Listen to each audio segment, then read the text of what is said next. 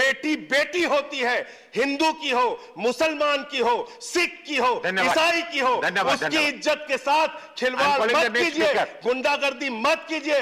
आप तय करने वाले कोई नहीं होते कौन क्या पहनेगा, कौन क्या खाएगा, कौन क्या कैसे रहेगा, कौन।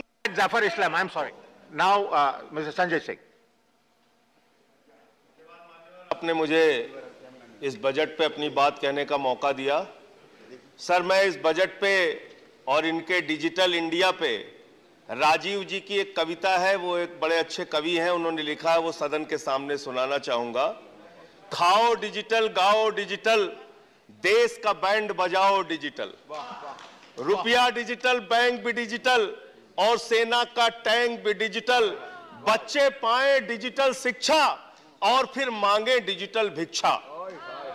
बच्चे पाए डिजिटल शिक्षा और फिर मांगे डिजिटल भिक्षा, डिजिटल डॉक्टर, डिजिटल गोली, डिजिटल ईद और डिजिटल होली, डिजिटल सड़क पर डिजिटल कार, डिजिटल संसद और सरकार, डिजिटल खेत में करो किसानी, डिजिटल खाद और डिजिटल पानी, डिजिटल दूध और डिजिटल गाय, डिजिटल चीनी, डिजिटल चाय, भर के खाओ डिजिटल रोटी और फिर कर दो डिजिटल पोटी।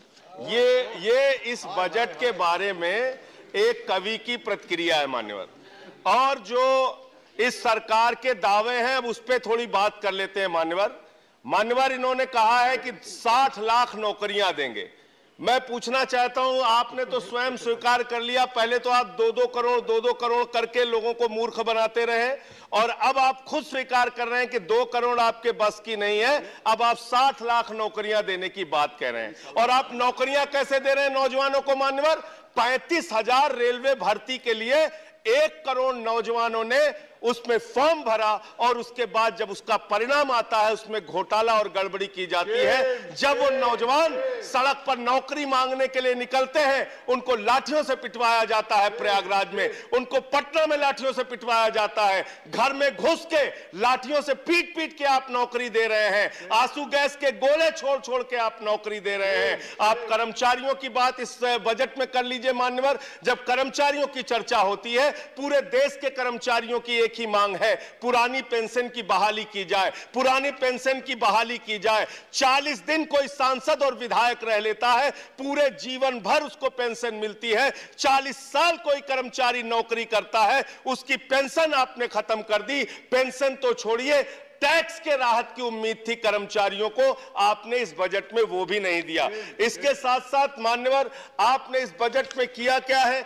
22 तक सबको घर देने की आपकी योजना थी। वो 22 तक घर देने की योजना भी पूरी तरीके से जमीन पर उतर के नहीं आई, वो भी फेल साबित हुई। जब आपसे पूछा जाता है सरकार की उपलब्धि क्या है, सरकार की आमदनी क्या है, आप सीना ठोक के कहते हैं अरे हमने तो आमदनी बढ़ा दी, देश का एयरपोर्ट बेच दिया। फिर आपसे पूछा जाता है कुछ आमदनी बढ़ी क्या सरकार की, कहते हैं हाँ बिल्कुल बढ़ा दी, Steel Authority of India Limited बेच दिया, कोल इंडिया बेच दिया, बीपीसीएल बेच दिया, एलआईसी बेच दिया, बैंक बेच दिया, पोर्ट बेच दिया, सब कुछ बेचने का काम किया। ये आपका मेक इन इंडिया है, ये आपका डिजिटल इंडिया है। मानवर, मैं खत्म कर रहा हूं मानवर, मैं मनरेगा की आप बड़ी पीठ थपथपाते हैं अपनी, मनरेगा की चर्चा बहुत होती है, मनरेगा का बजट आपने खत्म कर दिया, खाद की सब्सिडी आपने कम कर दी। इसका मतलब जो गरीबों को अन्न देने की योजना है वो भी योजना एकमात्र आपकी दिखावा है और मार्च के बाद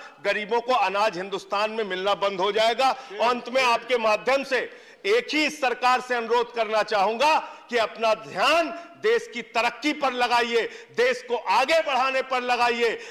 बेटी बेटी होती है, हिंदू की हो, मुसलमान की हो, सिख की हो, ईसाई की हो, उसकी इज्जत के साथ खिलवाड़ मत कीजिए, गुंडागर्दी मत कीजिए।